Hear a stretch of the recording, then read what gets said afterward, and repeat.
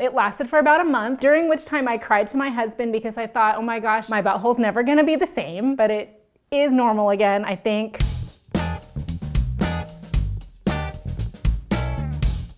Hi, I'm Danielle. I am 40 years old and I have two children aged 8 and 6. I had a really hard first pregnancy, especially. I had a condition during pregnancy called PUPS. It is a reaction rash to your pregnancy, and the only cure for it is birth. I would sleep packed in ice because that was the only thing that would kind of make it not itchy. It's incredibly itchy and uncomfortable. I'm Chandler. I am 33 years old and I have one daughter who's 2.5 years old. When I found out that I was pregnant with Brooklyn, I was super excited. My husband and I spent a lot of time trying to figure out, what color the nursery should be and all those things, all while, I gained so much weight in my pregnancy. I gained 92 pounds, so I looked like a double-chinned beach whale. But I ended up having Brooklyn in June, and there was so much that happened after Brooklyn was born that I just didn't even think about. My name is Krista. I'm 31 years old and I have an 11-year-old son. I had a very easy pregnancy. It was kind of a breeze. I had never had the morning sickness and the typical things that you think of that happen. Everything went downhill after and everything changed. My name is Crystal. I'm 32 years old. I have 3 kids. My first pregnancy with my son was pretty tough. I was just very exhausted. What I really wasn't expecting was what comes next. They don't tell you about the recovery. They don't tell you what your body is trying to do to get itself back to the way it was. Things that you wouldn't think would happen actually happen to you. It's mind-boggling. Hi, I'm Jeannie. I'm 35. I have twins who are 17 months old. I found out pretty early on that I was having twins, so I started showing pretty quickly, but all things considered, I think I had a pretty easy pregnancy. It got really hard when the babies were born, however. My boys are 2 hours and 5 minutes apart. I pushed them both out. It's a miracle. They came into the world with a bang, and then from there, it was hard. It's not like they get puffy, it's like they literally grow. They literally grow a size. So my feet started before pregnancy at a 7.5. With the first pregnancy, they went up to an 8, and then they actually did kind of shrink down. But then after the second pregnancy, they grew to an 8.5, and they stayed that way for a while. So I bought all new shoes in an 8.5, and then they shrunk down to an 8. So final size, I am a size 8 shoe. I used to be a size anywhere from 7 to 7.5. During pregnancy, I had to jump into an 8 because they would become a little bit swollen. And after pregnancy, my feet stayed at an 8. I expected my feet to swell, but I didn't expect for my feet to actually stay bigger. Most of my sandals I was able to keep, but my shoes I did have to buy bigger sizes. I've heard that your feet can grow, but I was hoping that it wouldn't happen to me. I even wore the hard arch supports that you get from the podiatrist that they mold your feet and make. Before pregnancy, I was a size 9. I'd been a size 9 since, I was 12 or 13 years old, so I've accumulated a lot of shoes in that time. I'm a size 10 now, so that's 2 sizes bigger than what I was. I refuse to get rid of my size 9 shoes yet, even though I should. I guess I need to buy more size 10 shoes. So one of the things that I wasn't expecting was I started to gain weight in other areas of my body that I normally haven't in the past. My lower abdomen area, I now have a mini kangaroo pouch, and I'm not sure that that will go away. Also underneath my arms, just from stretching from gaining so much weight during pregnancy as well. I've tried to exercise, so I do a bunch of different CrossFit and HIIT training classes to try and really work those areas. I'm not really sure if they'll ever go away, but again, that's just a part of pregnancy and embracing my postpartum body. Well, obviously your stomach doesn't immediately go down. That's a totally gradual process. But I'd always been someone that gained weight more in my hips, and I have a smaller upper body, and that stayed the same, but I never would gain it in my stomach. It was always pretty flat, and now everything goes to my stomach, and it's annoying. Once the babies had been born, my stomach is still, the skin is still stretched out. It looks like crepe paper. I don't know if it's ever gonna go away. I tried wearing a corset, but that is just more torture than I'm willing to endure to alleviate the situation. So So my skin before pregnancy was pretty normal. And then I had some things that kind of lasted after pregnancy. I started getting sunspots that wouldn't go away. So I have a dark spot on my nose, a dark spot right above my lip, which is super fun because it always looks like I have just the beginning of a mustache. I've been, treating them with a lightener, but it seems to like brush away makeup as I'm putting it on. It's like, nope, I want to shine. Nope, it's a good time. Yeah. I'll get dry patches on my face. I sleep with like serums on my face, trying to alleviate that symptom of post-pregnancy. So now let's talk about varicose veins. Real deal, they happen. I have a lot on my lower leg. Those are things that not only show up during pregnancy, but tend to not go away after. So now I'm conscious about how my legs, when I'm crossing my legs and things like that, I'm like, ooh, what is that? My varicose veins are not painful, they're more just visually annoying. I haven't thought about getting them removed. They just kind of are a part of my postpartum body. I have a few behind my legs, which is really weird. It's not that it's uncomfortable, they don't hurt, but it's just that they're there. They make you feel self-conscious about yourself. I don't feel comfortable wearing shorts anymore. It's not something that I need to absolutely change or get removed. I just know that they're there.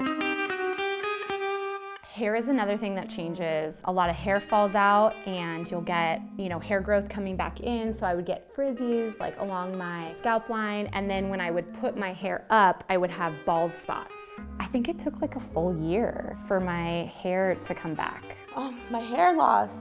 Oh my goodness. I first noticed my hair falling out after I had my son. I'm surprised I'm not bald yet. I feel like it falls faster than it grows. I went to go get my hair cut one time just to get a trim, and my stylist noticed that I had a big bald spot in the back of my head. I actually have had to resort to extensions, which I have in now because my hair got so thin. It was actually coming out in like gobs almost, and my hair was already pretty thin to begin with and like really fine, and then after I had my son it just kept like coming out. Something that I wasn't prepared for was all the hair that I had lasered off in my 20s. Spent a lot of money, time, it was painful. It all grew back. So underarm hair, bikini line. It's kind of a bummer that I endured that torture for nothing. I don't know the exact cause. I assume it's hormonal, but it doesn't seem to be changing. So I guess I'll just have to shave. While you're pregnant, your breasts tend to get bigger to get ready for the milk to come in. Once the milk comes in, your breasts get even bigger. They change in size throughout the whole breastfeeding process. And then what no one tells you is that afterwards your breasts shrink in size when you're done breastfeeding, and then gravity isn't your friend, so they get a little droopy. Postpartum breast soreness is similar to when you have your period on the inside, but it's also an on the outside thing because you're constantly breastfeeding on demand and you're pumping and your nipples and your boobs are being pulled. You're like essentially a cow. And you're just feeding on demand. So they end up just getting sore, not only on the inside, but also on the outside, and there's some irritation. So you're constantly thinking about nipple shields and what nipple cream to use, what bras should you be wearing, how can you get easy access to just pull the sucker out, like all that kind of stuff. I have always had smaller boobs, and I decided to give breastfeeding a go, just try it out, and it was horrible. I couldn't produce enough milk. I was actually like pumping blood. So I went through this process where I was like creating milk and it would get like engorged. And so my boobs were huge and it was awesome. But then I wasn't producing enough, and so I was having to supplement with formula anyways. And so I just had to quit. I only did it for like 4 weeks, I think, or something like that. After I quit, it hurts because the milk dries up and it's like very, very painful, and your boobs are like rock hard, like when you touch them. So then after that, they just poofed and deflated into nothingness. Sometimes when I put on a sports bra, it's just like nothing is there. You just learn to be topless all the time, especially with twins, because you have one baby on each nipple. I called them my little barnacles, my little human pasties. Nipples are a whole nother thing. Your nipples not only grow in size, but they change in color, and it is the weirdest thing ever. I remember calling my husband into the bathroom and saying like, what is happening? Because my nipples were so big, and they were like outlined with a dark color. And the reason being is it's almost like creating a target for the baby, so the baby knows where to go when you're breastfeeding. And what's weird now is that my boobs are, a little bit shriveled, and gravity is not my friend, is that my nipples are now shaped weirdly. They're like more of a oval than a circle. So Goodbye nipples. I'm not gonna tell anyone that I did this video now that I'm embarrassing myself so much. Okay, ladies, let's talk about hemorrhoids. I pushed for 3 hours to get my 2 babies out, like I was pooping. So I got hemorrhoids. I didn't even know what it was until I experienced it. I could only describe as like feeling like I had a wad of toilet tissue in my butt while I was walking around trying to take care of my babies. It lasted for about a month, during which time I cried to my husband because I thought, oh my gosh, my butthole's never gonna be the same, but it is normal again, I think. I never really paid attention to it before, but it feels normal. That's my hemorrhoid story. You heard a lot about my butthole. Your bladder control changes. So if you need to go to the restroom, you should go, because if you laugh unexpectedly, sneeze unexpectedly, get scared unexpectedly, sometimes a little bit will come out. I think it does get a little bit better, but even like today when I have to go to the restroom, I go to the restroom because I know that there's like a little bit of a chance. After I had Evan, I literally would wake up and there would be like a pool of sweat, and I wouldn't be hot.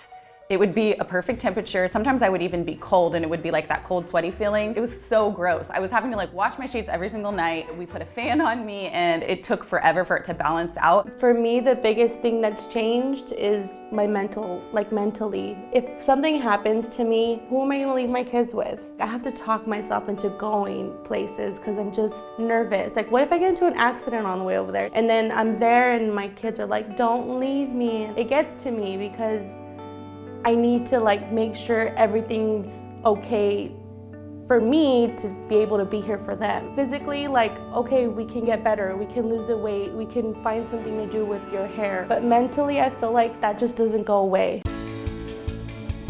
It's weird for me to talk about all the negative things that happened after pregnancy or even during pregnancy because I felt so lucky to just be pregnant at all. My husband and I had a hard time getting pregnant, so I was so grateful to be pregnant, to even to have these 2 little things that are my babies that look like half me and half my husband. I'm so grateful and I'll forever be grateful for that. So I don't know if I'll ever be 100% who I was before pregnancy, but I know that the person that I am now is the best person that I've been my whole life, and I'm so grateful for everything that I've experienced, good and bad. So although I did have a little bit of a struggle with postpartum body image, being able to watch my daughter get the nutrients that she needed to be a thriving newborn baby, and making sure that I was just believing in myself and knowing that I was going to be an awesome mom was the best part of postpartum for me. So after going through all those body changes, it's obviously taken time to get to where I am now, and I feel like I'm more comfortable and confident in my body than I was before I was even pregnant. So now I look at things like stretch marks and I'm just proud of them because my body was literally able to house a human, and obviously it gave me the best gift ever, which is my son. I wouldn't change anything. I have 3 beautiful kids that I love so much. I love my family, and it's all worth it.